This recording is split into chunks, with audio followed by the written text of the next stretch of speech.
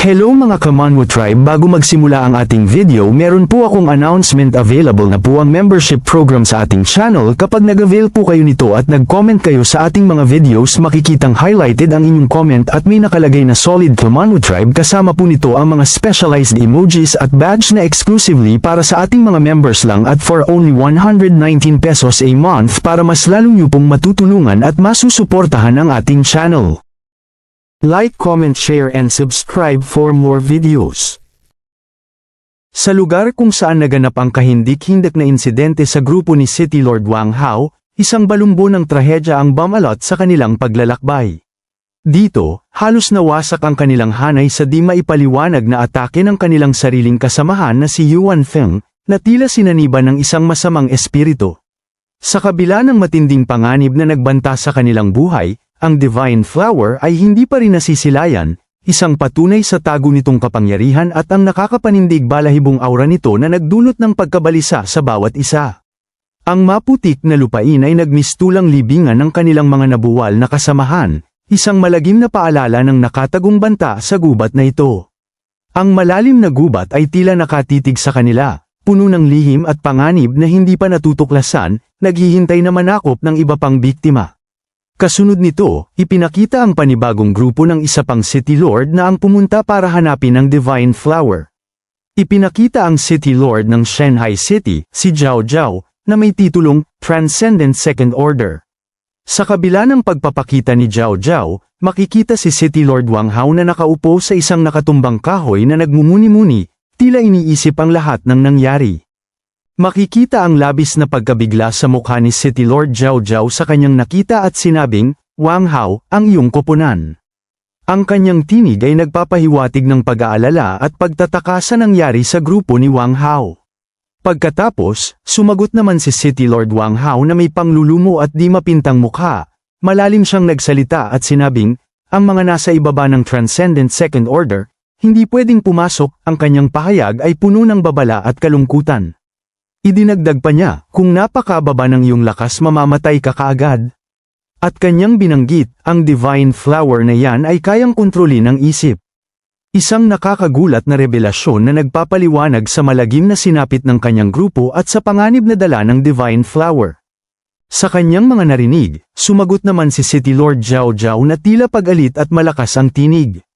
Ang kanyang galit ay halata sa bawat salita, at sinabing, "Nandito ka lang para sabihin sa akin ito," at kanya pang sinundan ng, "Walang tao sa paligid mo.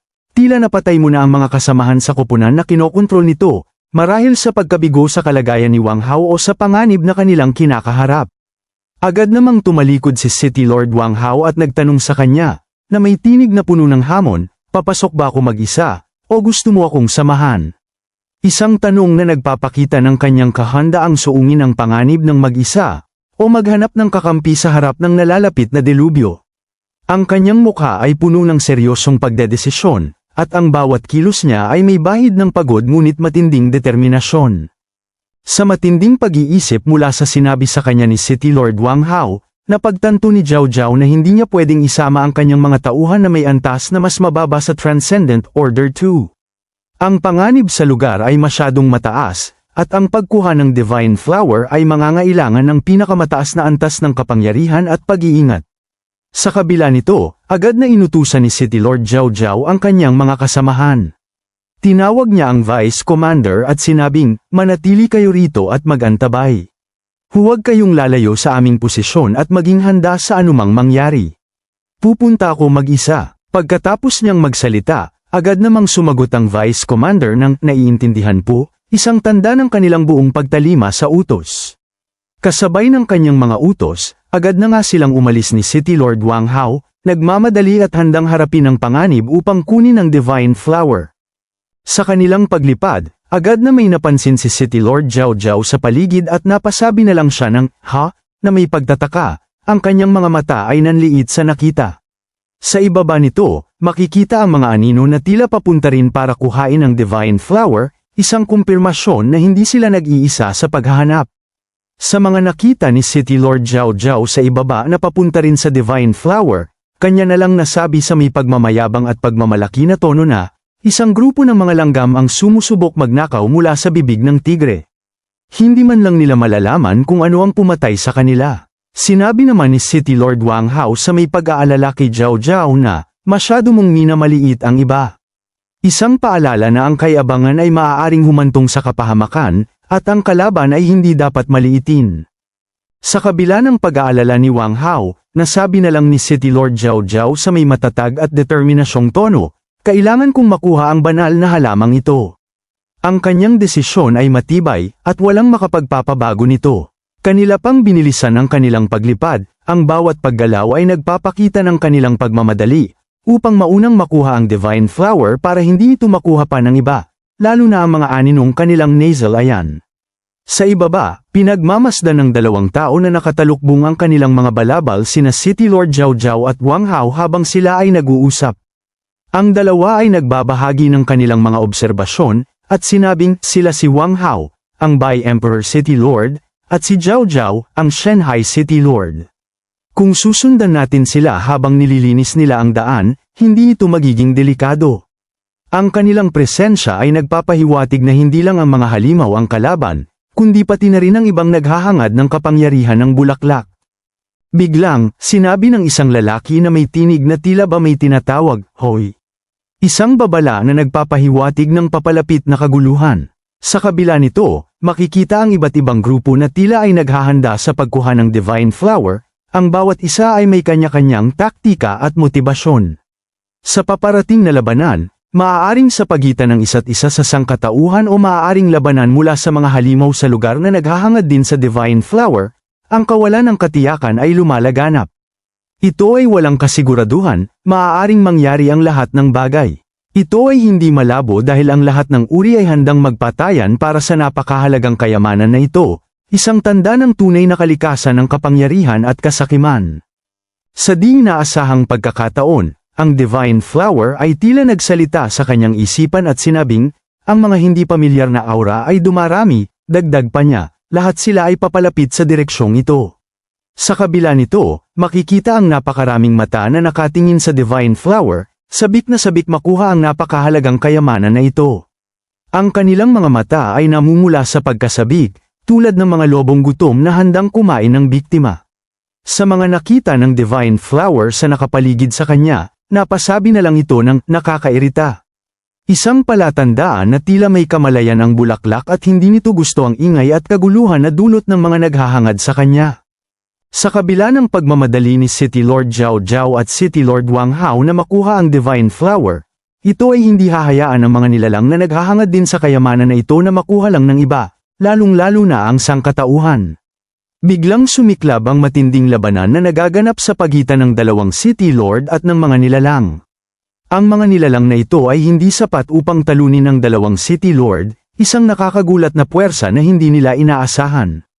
Ngunit hindi pa ito rito magwawakas. Mukhang ang bagay na ito ay ipinapahiwatig na ang mas malalim o mas malapit sa kayamanan ay ang mas malalakas na halimaw. O kaya, ang mas malalakas lang ang makakarating dito.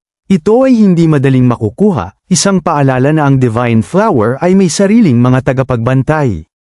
Sa gitna ng kaguluhan, makikita ang laban na kanilang kinaharap, ngunit ito ay tila simula pa lang ng isang mas malaking pagsubok. Nasabi na lang ni City Lord Zhao Zhao sa may pag-alit na tono na, habang lumalalim tayo, mas marami at mas pambihira ang mga hayop. Isang kumpirmasyon ng kanilang nararanasang hirap. Sinagot naman siya ni City Lord Wang Hao nang, ang mga pambihirang hayop na ito ay kinokontrol ng Divine Flower na yan. Isang nakakagulat na impormasyon na nagpapaliwanag sa tindi ng labanan. At kanyang idinagdag na, kabilang sa kanila ay ilang Transcendent First Orders. Ibig sabihin, ang Divine Flower ay hindi lang basta isang bulaklak, kundi isang entidad na kayang kontrolin ang mga makapangyarihang nilalang. Ipinakita ang mapa ng buong lugar at ang kinaroroonan ng Divine Flower, na nagpapakita ng kalayuan pa nito. Sa kabila nito, ang lokasyon nila Wang Hao at Zhao Zhao ay nasa malayong bahagi pa rin ng gubat. Makikita na malayo pa sila sa Divine Flower, na nangangahulugan lang ito na marami pa silang kakaharapin na mas malalakas na halimaw sa mas malalalim na bahagi ng lugar, isang pagsubok sa kanilang tibay at kakayahan. Sinabi naman ni City Lord Wang Hao, bilisan natin ang paggalaw, ito rin ay nagpapahiwatig na papalapit na tayo sa target. Isang pahayag na puno ng pag-asa at determinasyon, sa kabila ng dumaraming hamon.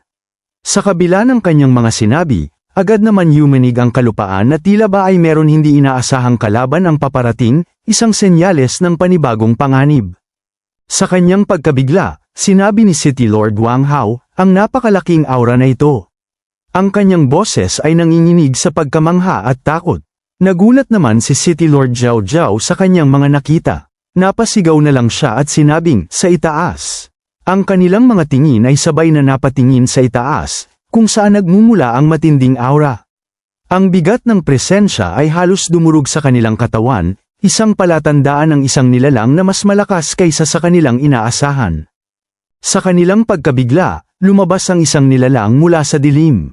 Ito ay napakalaki, na may nagniningas na mga mata. Ang titig nito ay napakalalim, na tila ba'y kayang-kaya kang lamunin ng isang tingin. Ang bawat hakbang nito ay gumuguhit sa lupa, nagdudulot ng malalalim na marka, at kasabay ng bawat hakbang ay lumalabas ang napakalakas na alon ng enerhiya na nagpapayanig sa buong paligid. Ang hangin ay tila umiihip ng malakas dahil sa presensya nito, at ang buong gubat ay nababalot ng takot. Ang nilalang na ito ay isang tunay na kinatatakutan, na ang pagdating ay nagdulot ng malalim na pangamba sa puso ng dalawang City Lord. Ipinakita ang pangalan at antas ng bagong nilalang na dumating, Savage Raging Steed Transcendent Second Order. Isang nilalang na may kapangyarihang kapantay ni Zhao Zhao. Nasabi na lang ni City Lord Wang Hao na may pagkagulat at habang damang-dama ang enerhiya na pinapalabas ng Savage Raging Steed, isang Transcendent Second Order na hayop. Ang kanyang boses ay halos pabulong sa matinding pagkabigla. Sinabi naman ni City Lord Zhao Zhao, hindi. Ang kanyang pagtanggi ay may bahid ng pagkadismaya at pag-aalala, na tila ba may mas malalim pa siyang nakikita o nalalaman sa likod ng paglitaw ng nilalang na ito. Katabi ng Savage Raging Steed, may isa pang malakas na nilalang ang dumating. Malakas itong sumigaw ng ku, isang sigaw na nagpapahiwatig ng kahandaan nito sa labanan. Ipinakita ng system ang pangalan nito at antas, Inferno Abyssal Falcon Transcendent Second Order. Ang dalawang nilalang na ito ay sadyang malakas at hindi dapat maliitin ang mga antas nito, ang kanilang presensya ay sapat upang magdulot ng matinding panganib.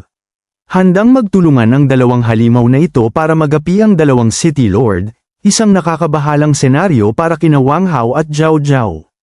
Ang Divine Flower ay nagbabantay, tila nagmamasid sa labanan na nagaganap para sa kanya. Sa di inaasahang paglitaw ng dalawang Transcendent Second Order na nilalang, hindi na nagatubili ang dalawang City Lord. Batid nila na walang kasiguraduhan ang laban sa dalawang halimaw na yon.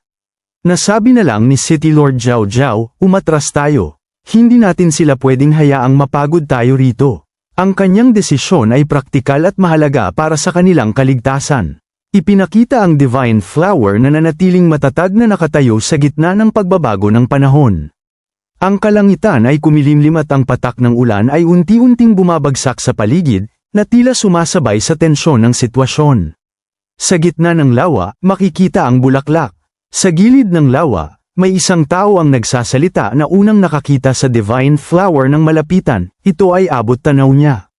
Kanyang sinabi sa kanyang isipan, sa wakas ay natagpuan ko ito, at kanyang idinagdag na, walang mga hayop sa paligid ng banal na lawa, isang pahayag na puno ng pagtataka at posibleng isang bagong pag-asa.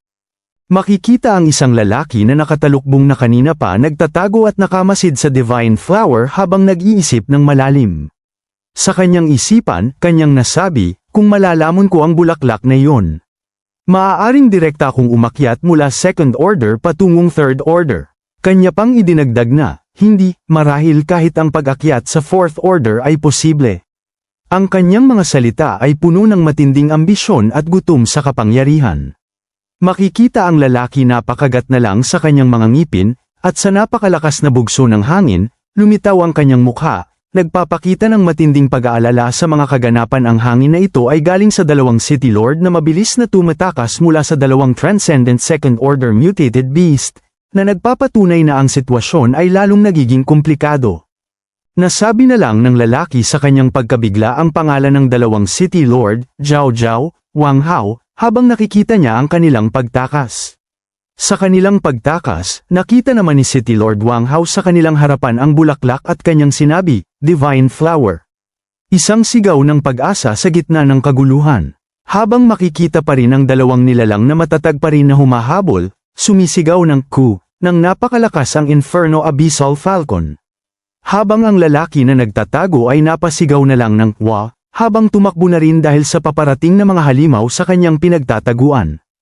Ang lahat ay nagmamadali, ang bawat isa ay may kanya-kanyang layunin at pagtakas, na nagdaragdag sa tensyon ng sitwasyon. Napabuntong hininga na lang ang lalaki at nasabing, "Ang lapit nun." Hindi nila ako napansin. Isang sandali ng ginhawa sa gitna ng kaguluhan. Habang si City Lord Wang Hao ay sumigaw sa kanyang kasama at sinabi ng may determinasyon sa kanyang bawat salita, "Kuhanin mo ang Divine Flower." Idinagdag pa niya na, "Jiao Jiao, pipigilan ko sila." Isang mapanuring desisyon na nagpapakita ng kanyang sakripisyo para sa Divine Flower. Sinabi naman ni Jiao Jiao sa may mukha at tono na hindi mapagkakatiwalaan, "Mas mabuti na hindi mo ito pagsisihan." Isang pahayag na nagpapahiwatig ng posibleng pagtataksil o isang hamon sa desisyon ni Wang Hao. Ang kanilang pagtatalo ay nagpapakita ng kanilang iba't ibang motibasyon at ang panganib ng kapangyarihan. Agad na rin lumabas ang lalaki na kanina pa ay nagtatago. Mabilis itong tumakbo at sinabi sa kanyang isipan sa City Lord na, "Paano ko hahayaan na masunod ang gusto mo?" Isang pahayag na nagpapakita ng kanyang matinding pagtutol sa planong makuha ng City Lord ang Divine Flower. Makikita ang dalawa na hindi nagpapatalo, nagtatagisan sa bilis upang mauna na makuha ang kayamanan na Divine Flower. Ang kanilang karera ay puno ng tensyon at kompetisyon. Ngunit, bigla na lang, sa kanilang pag-uunahan, sila ay natigilan. Isang malaking anino mula sa ilalim ng tubig ang unti-unting lumitaw, pinapaikutan ng Divine Flower sa gitna nito. Ito ay hindi madaling makuha. Hindi lang sa kalupaan may malakas na nilalang ang nagbabanta, pati rin sa ilalim ng tubig na tila nagbabantay sa bulaklak, isang patunay na ang kayamanan ay mahirap abutin. Ang kaninang nag-uunahan sa pagkuha ng kayamanan ay natigilan mula sa kanilang pagmamadali, dulot ng kanilang mga nasaksihan na nagbabantay sa Divine Flower. Ang mga mukha nila ay nababalot ng pagkabigla. At bigla na lang, ang nagtatago na lumitaw ang anino sa ilalim ng tubig ay biglang lumabas. Inatake ang dalawa ng napakabilis na pag-angat sa lawa. Isang napakalaking ahas ang lumitaw na nagpagulantang sa dalawa, ang bawat galaw nito ay nagdudulot ng takot. Nakaiwas ang dalawa sa hindi inaasahang atake ng malaking ahas, ngunit hindi sila nakaligtas sa napakalakas na presensya nito. Agad silang napaatras sa malakas na bugso ng enerhiya na lumabas mula rito. Ipinakita ang napakalaki at tikas na anyo ng itim na ahas na tila ba isang cobra, matinding nakabantay sa Divine Flower, isang huling balakid sa kanilang paghahanap. Like, comment, share and subscribe for more videos.